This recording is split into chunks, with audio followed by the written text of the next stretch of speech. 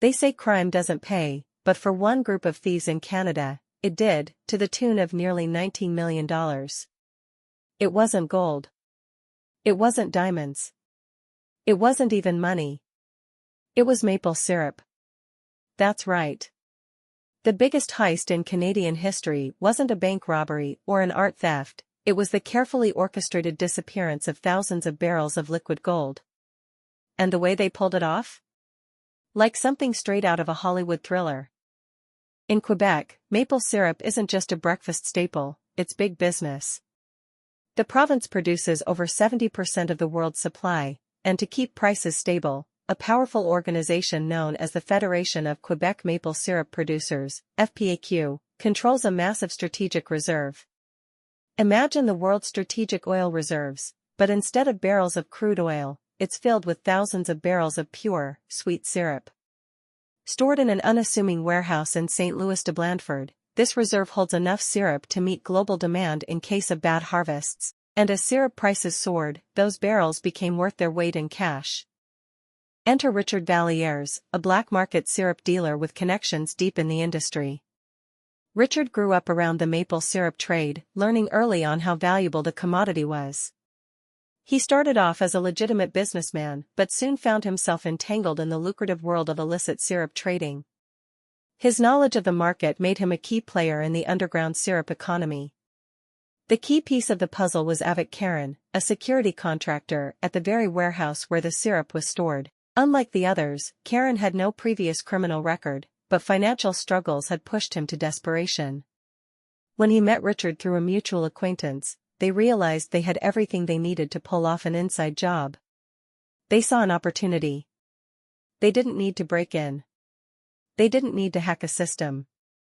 They just needed to swap the syrup.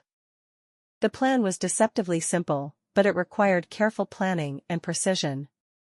Over late-night meetings in diners and secluded warehouses, the thieves pieced together their strategy. They knew they couldn't just steal full barrels, the weight discrepancy would be noticed instantly. Instead, they devised a method to siphon syrup without disturbing the structure of the storage stacks. Karen, the insider, provided crucial details on security routines, when inspections happened, and which parts of the warehouse were least monitored. They acquired hoses, pumps, and specialized tools to extract syrup discreetly and replace it with water. They tested their method on smaller barrels, refining the process to ensure there were no air bubbles or residue that could give them away. Over the course of several months, the thieves siphoned syrup from barrels and replaced it with water. They worked systematically, targeting different sections of the warehouse at different times to avoid suspicion. Since the barrels were stored in massive stacks and only randomly inspected, they went undetected, for a while. Night after night, they'd drag trucks into the warehouse.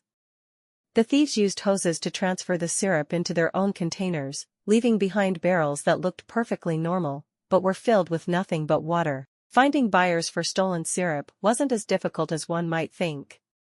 The black market syrup trade already existed, and Richard had built a network of shady distributors willing to take product at a discount, no questions asked. Using contacts in New Brunswick and the United States, he arranged deals with wholesalers who believed they were simply getting syrup from independent producers looking to avoid FPAQ regulations. To further legitimize the transactions, Richard and his team carefully mixed the stolen syrup with legally obtained batches. This made it nearly impossible to trace, allowing them to funnel it through unsuspecting distributors without raising suspicion. Buyers were thrilled to get premium syrup at lower-than-market prices, never realizing, or choosing not to ask, where it had really come from. As the shipments moved, money flowed back to the thieves, netting them millions before anyone even suspected the reserve had been tampered with. This wasn't a smash-and-grab job, it was a slow siphon of wealth, hidden in plain sight. For months, everything went smoothly. But then came the mistake. The thieves became lazy. In July 2012, an inspector from the FPAQ arrived at the warehouse for what he assumed would be a routine check. The inspections were standard procedure, ensuring the integrity of the syrup reserve, checking barrel conditions, and logging inventory records. With his clipboard in hand, he moved methodically through the long rows of stacked barrels, his shoes echoing on the warehouse floor. The air was thick with the usual sweet scent of maple syrup. He moved through the warehouse methodically, checking off boxes on his clipboard, suspecting nothing out of the ordinary. The inspection began as usual. He checked the seals, confirming they were intact. He tapped a few barrels, noting their expected dense thud. But as he moved deeper into the warehouse, something changed.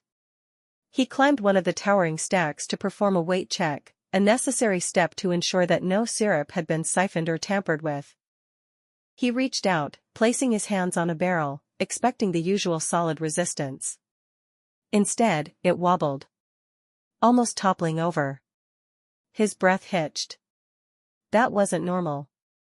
Frowning, he adjusted his stance and pushed again, testing other barrels nearby. The pattern repeated, some barrels felt as they should, but others felt far too light. He frowned and noted it on his clipboard, then decided to investigate further. He grabbed the lid of one of the barrels and pried it open.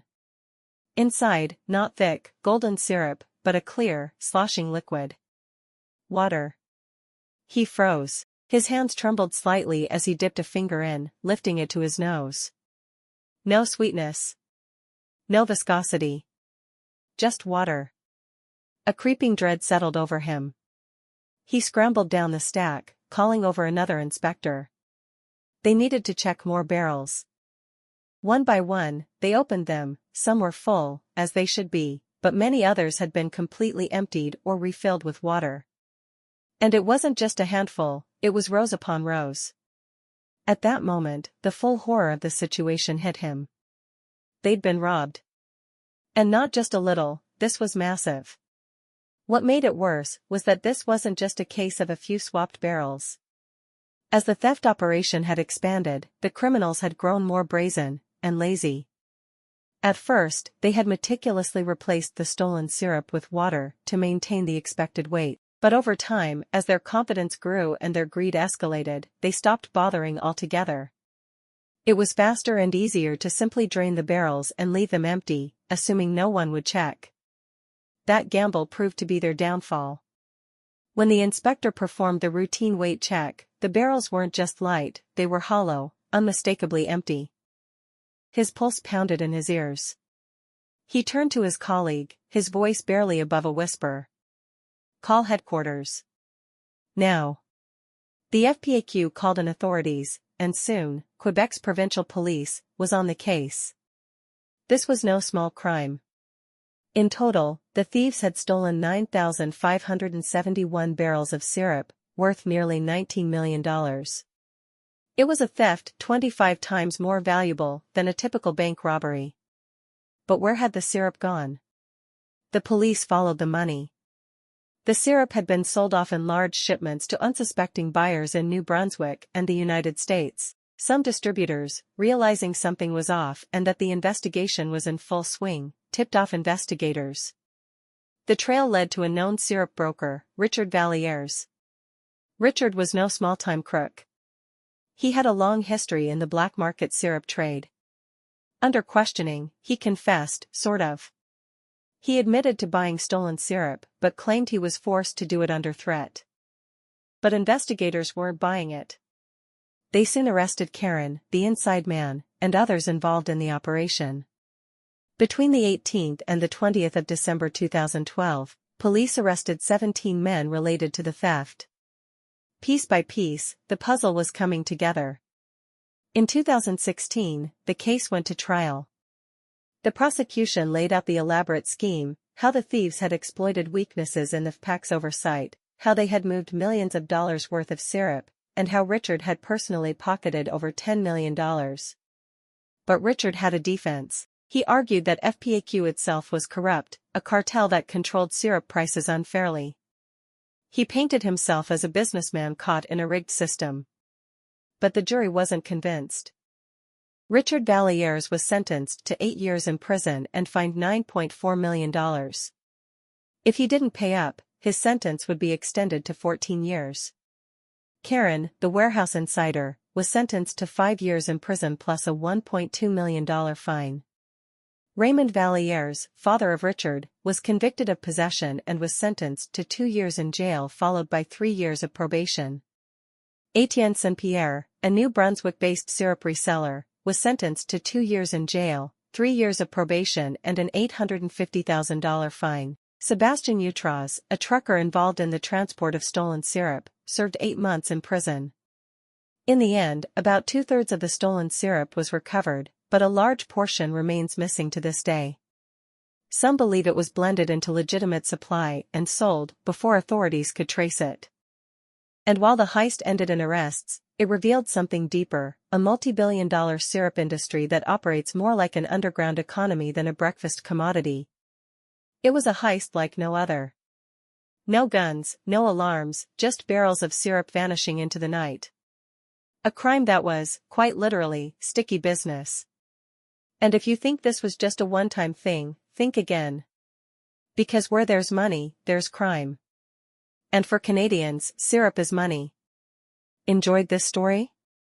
Make sure to like and subscribe for more bizarre stories like this. And if you think this is the weirdest heist ever, just wait. Because crime truly has no limits.